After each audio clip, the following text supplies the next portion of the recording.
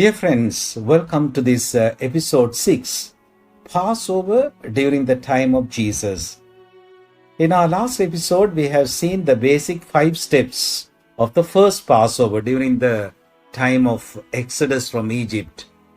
But now that over 15 centuries have passed between the Exodus and the time of Jesus, naturally the Jewish Passover would have gone through many changes, additions, modifications, abstractions, and expansions. Over the time, some elements are added while the others are taken away. For example, the third step of the first Passover, namely spreading the blood on the doorposts of the home, was completely dropped off.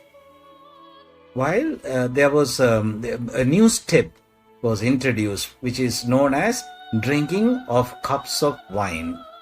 So, in order to understand the origins of the Holy Eucharist in the context of the Last Supper, it is important now for us to know the Passover during the time of Jesus. How do we do that? By pointing out the key differences between the original Passover, which we have already seen, and the Passover of Jesus.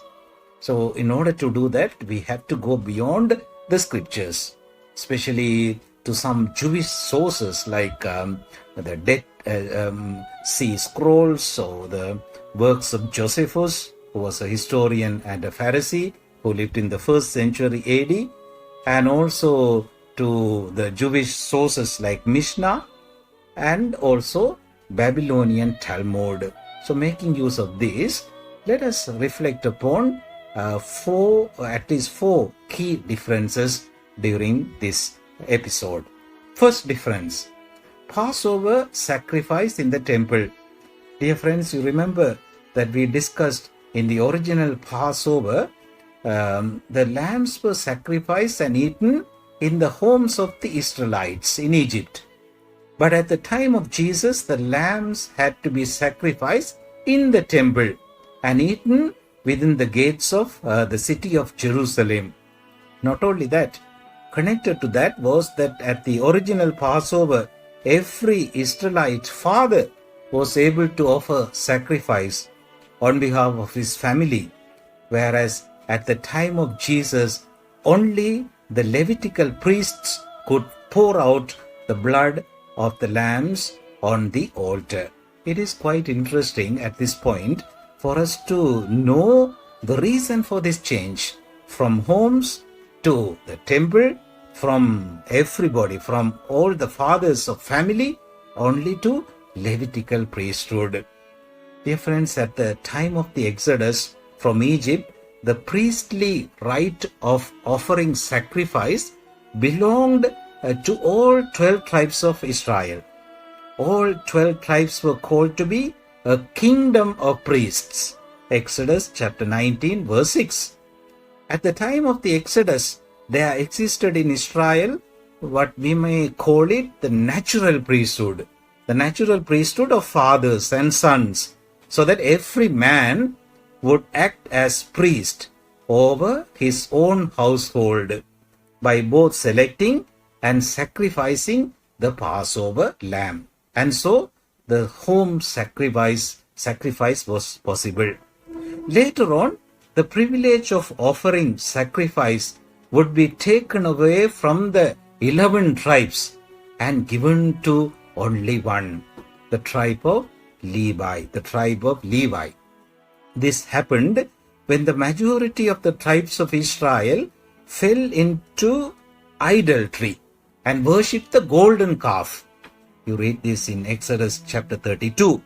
In the wake of this tragic event, the Levites were ordained to the priestly worship of the God of Israel because the simple reason is they alone responded to Moses' call to renounce idolatry and come to the Lord's side. From that point onward, in the history of Israel, all the way down till the time of Jesus, only the Levites were allowed to serve as priests in the temple by offering blood sacrifice.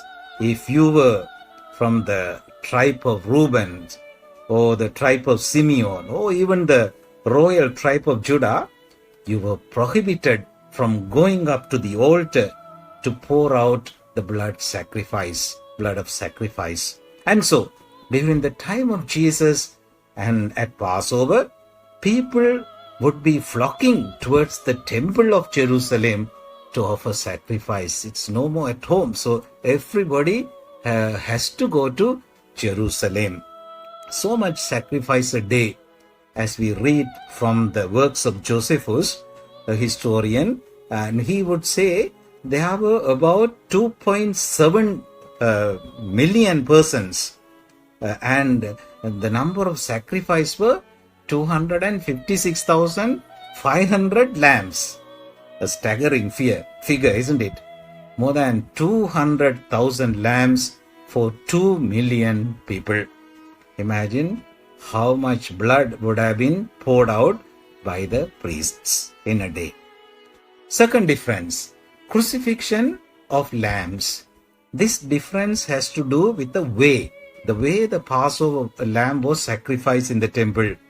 Fascinatingly, we have evidence that in the 1st century AD, the Passover lambs in the temple were not only sacrificed, they were, so to speak, crucified. According to the Mishnah, at the time when the temple still stood, after the sacrifice of the lamb, the Jews would drive thin, smooth staves of wood through the shoulders of the lamb in order to hand it and skin it. It's all about barbecue. In addition to the first rod, they would also thrust a skewer of so-called pomegranate wood through the Passover lamb from its mouth to its buttocks. So this resembled a crucifixion. If these descriptions are accurate, then on numerous occasions, Jesus himself would have witnessed the crucifixions of thousands of Passover lambs in the Jerusalem temple. This is an aspect of the Passover in his day that is neither mentioned in the Bible nor part of the modern day Jewish Seder, but which has the power to shed light on the conception of Jesus of his own fate later on. Third difference, the participation in the first Passover.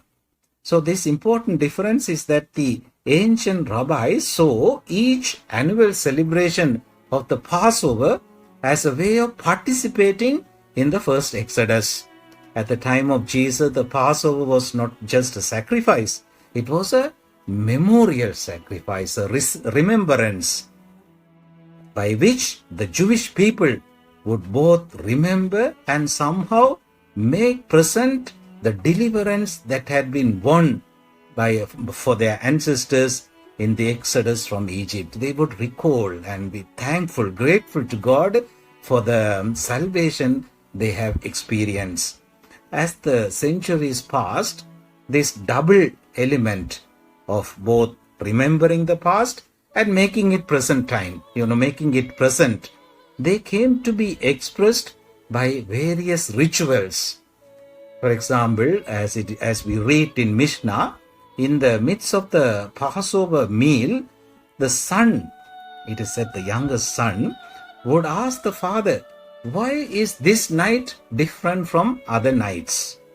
And the father would answer by retelling the story of Abraham and the Exodus. The father also would remember the Exodus by explaining the meaning of various parts of Passover meal. He would tell how the Passover was a reminder of how God passed over the Israelites' houses, how the unleavened bread was a reminder of the redemption from Egypt.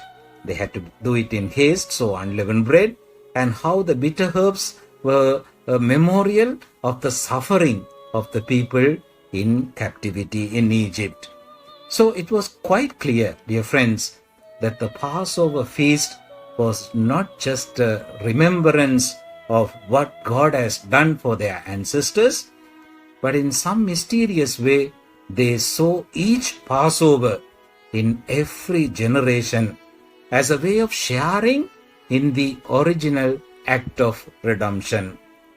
Although living centuries after the first Exodus, the Father would speak of the event as if it were something himself had experienced.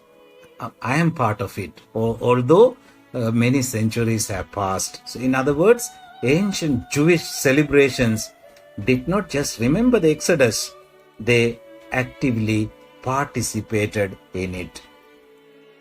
The fourth difference, the Passover of the Messiah. The final difference is that some traditions tied the Passover feast to the coming of the Messiah and the dawn of the age of salvation.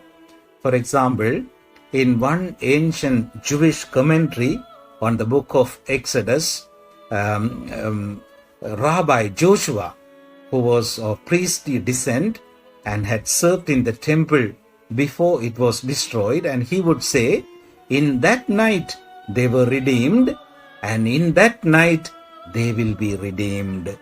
In other words, the future redemption will take place on the same night as the original redemption, the Passover night.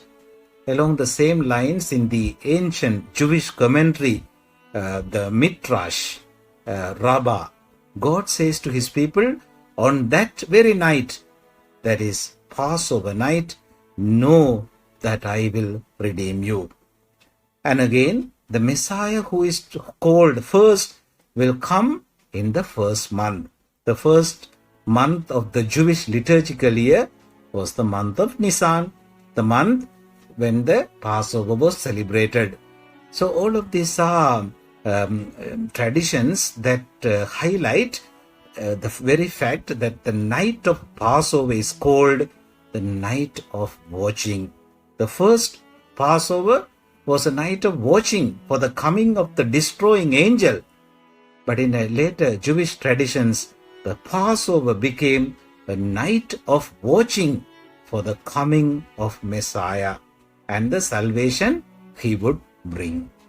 So, friends, to sum up, there are four key differences between the first Passover and the Passover during the time of Jesus. Passover sacrifice in the temple by priests, crucifixion of lambs, Passover being the memorial celebration, giving opportunity to participate in the first Passover, and finally, its reference to the coming of Messiah. Having presented the differences between the original Passover and the Passover during the time of Jesus, we need to understand now how the Last Supper Jesus celebrated was similar to the Passover of his time. In other words, what are the similarities between the Passover during the time of Jesus and the Last Supper he celebrated? We will try to answer this question in our next episode. Until then, God bless. Goodbye.